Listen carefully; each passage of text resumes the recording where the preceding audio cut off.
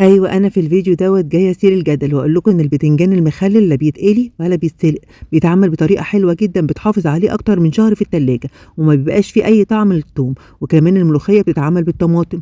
يالّا نسمي الله ونصلي على رسول الله، ندخل نشوف الفيديو دوّة، لإن بجد يا جماعة الفيديو ده أنتم هتستفادوا منه جدًا، لإن هو فيه أكتر من وصفة، وهادّيكِ معلومات كتيرة جدًا في الفيديو ده.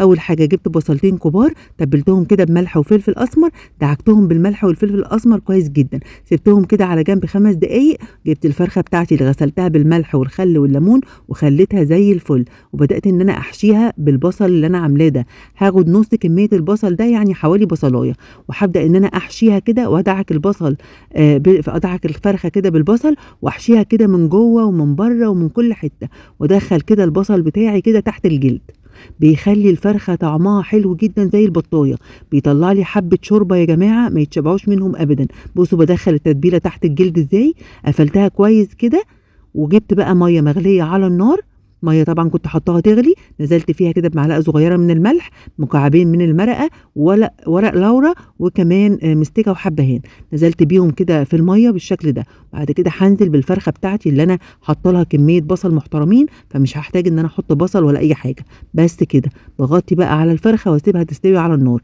جِبت حوالي راسين من التوم نزلت بيهم كده في الكبة، وهابدأ أضربهم كويس جدًا وأفرمهم فرم ناعم.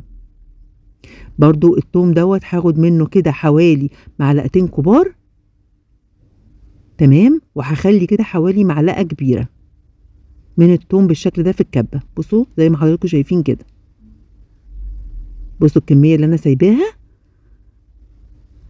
هابدأ إن أنا أرجّع الكبة تاني كده السكينة بتاعتها وأنزل على معلقة التوم دي بقرنين من الفلفل الأخضر، أنا استخدمت فلفل مش حامي، وكمان نُص قرن من الفلفل الرومي الأحمر وده أساسي. بيدّي لون حلو جدًا للخلطة، معايا بقى معلقة من الملح، معلقة صغيرة من الكمون، معلقة صغيرة من البابريكا، ونُص معلقة صغيرة من الشطة، وتقدروا كمان لو عندكم هريسة شطة وبتحبوا الحاجة حامية تحطوا هريسة شطة كمان. بُصّوا ضربت كده الخلطة كويس جدًا، دي بقى التتبيلة اللي هاحشي بيها البتنجان المخلل، نزلت بيها كده في طبق بالشكل ده، ريحتها خطيرة وبُصّوا كميتها حلوة إزاي، كده زي الفل. جِبت بقى ليموناية بدأت أعصر على الخلطة ديّة ليموناية كبيرة كده، وكمان معلقة من الخل. هاقلّبهم مع بعض كويس جدًا، وتعالوا بقى نحشي البتنجان، جِبت البتنجان نضّفته بالشكل ده، ده بتنجان كده اللي هو نُصّه أبيض ونُصّه أسود، طبعًا لو البتنجان كلّه أسود هيكون طبعًا أفضل، بس هو كان زي السُكّر، هو كان أصلًا موجود عندي فقُلت أستخدمه. بُصّوا بقى البتنجان ني زي ما هو كده، طبعًا بعد ما نضّفته غسلته كويس جدًا، وبدأت أحشيه بالتتبيلة كده وهو ني، باعمل فتحة كده بالسكينة باحشيه كده بالتتبيلة اللي أنا عاملاها، ما بيبقاش فيه أي طعم توم، ما بيسيبش أي أثر في البُق بمعنى أصح، ما بيسيبش أي ريحة ولا أي طعم، وفي نفس الوقت تحتفظي بيه في التلاجة شهر وأكتر كمان، بيبقى زي الفل وما بيحصلوش أي حاجة. بُصّوا بقى بعد ما خلّصت كل الكمية وحشيتها زي ما حضراتكم شُفتوا، بقية التتبيلة نزلت بيها كده فوق الوش على البتنجان، ونزلت كمان بعصرة ليمونة، ومعلقة كده برضه من الخل، وهانزل بربع كوباية بس من المَيّة، ربع كوباية مش أكتر من كده، باغطّيها بورق الفويل وادخّله فرن حامي أو ساخن على درجة حرارة عالية أعلى درجة، وباحطه في الرف الأوسط، باسيبه حوالي نُص ساعة كده يعني من 30 دقيقة ل35 دقيقة. بُصّوا بقى بقية البصلاية اللي أنا كنت متبّلاها، جِبت شوية بطاطس كده ونزلت كده عليها بالبصل ورشة ملح ورشة فلفل أسود ورشة من البابريكا المدخنة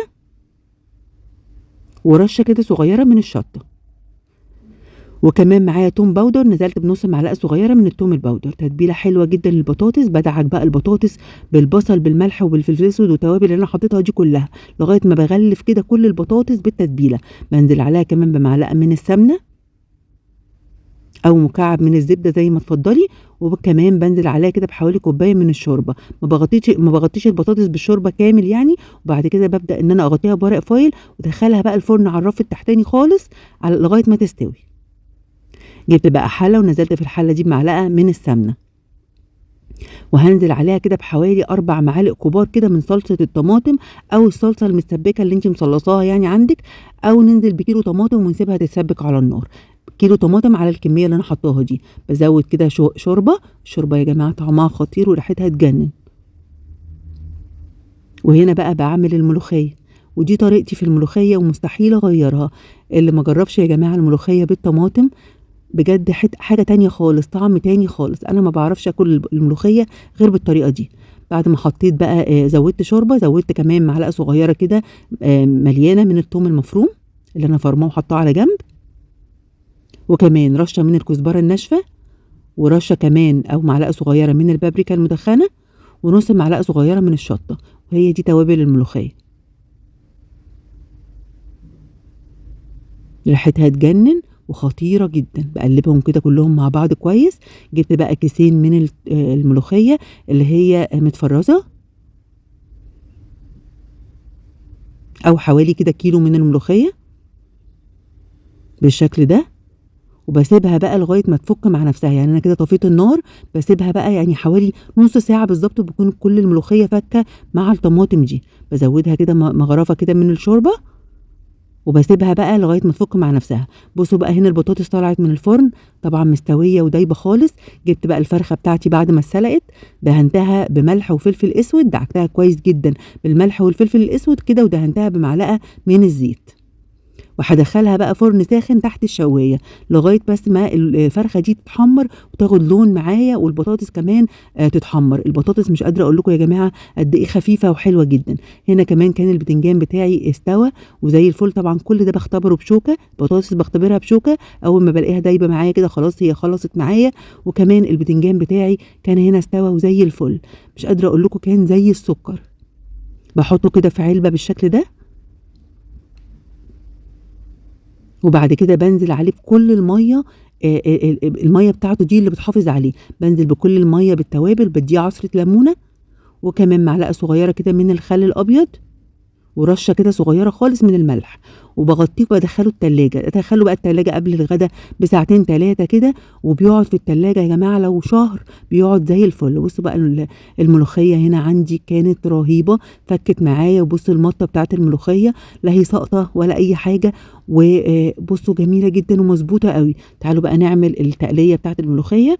جبت بقيه الثوم بتاعي، وكنت حاطه معلقه كبيره من السمنه، ويا سلام بقى لو السمنه دي فلاحي. نزلت على الثوم دوت بمعلقه صغيره مليانه كده من الكزبره الناشفه، وهبدا ان انا احمر الثوم عشان اعمل التقليه بتاعت الملوخيه. اول ما اداني اللون دوت نزلت كده على طول بالصوت الجميل اللي انتوا سمعتوه في الاول كده، نزلت بالملوخيه. بصوا بقى الملوخيه، بصوا المطه بتاعت الملوخيه خطيره يا جماعه.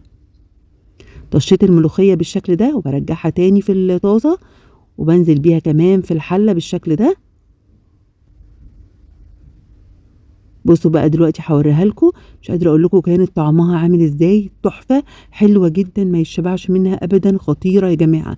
اللي ما جربش الملوخيه بالطماطم بجد ما دقش ملوخيه قبل كده. شوفوا انتوا بتحبوا الملوخيه ازاي، لكن الطريقه دي تجنن. دي طريقه امي الله يرحمها، ودي الطريقه اللي انا اتعودت واتربيت عليها. بصوا بقى هنا الفراخ اتحمرت معايا في الفرن وبقت حلوه ومظبوطه ازاي، والبطاطس كانت خفيفه ولذيذه وحلوه قوي زي السكر. عملت كده شويه رز كده علشان البطاطس، خطيرة يا جماعة، دايبة دوبان وخفيفة قوي على القلب وعلى المعدة، وريحتها حلوة جدا كمان. ودلوقتي هنبدأ نحط الملوخية بتاعتي في الطواجن كده. مش قادرة اقول لكم كانت لذيذة قد ايه. وشوية شوربة بقى يا جماعة تحفة، عجب شوربة يعني مظبوطة جدا. الملوخية بقى نعمل ودن القطة كده بالعيش وناكلها بالعيش، رهيبة. ونجيب بقى الطبق الأساسي كمان بتاعنا اللي هو البتنجان، طريقته حلوة قوي. ولو جربتوا يا جماعة الطريقة بتاعتي دي هتعجبكم جدا. بصوا بقى الفراخ كمان مستوية ومتحمرة ودايبة دوبان. بصوا بقى البتنجان حلو جدا، طعمه رهيب خطير جدا، ما يتشبعش منه ابدا.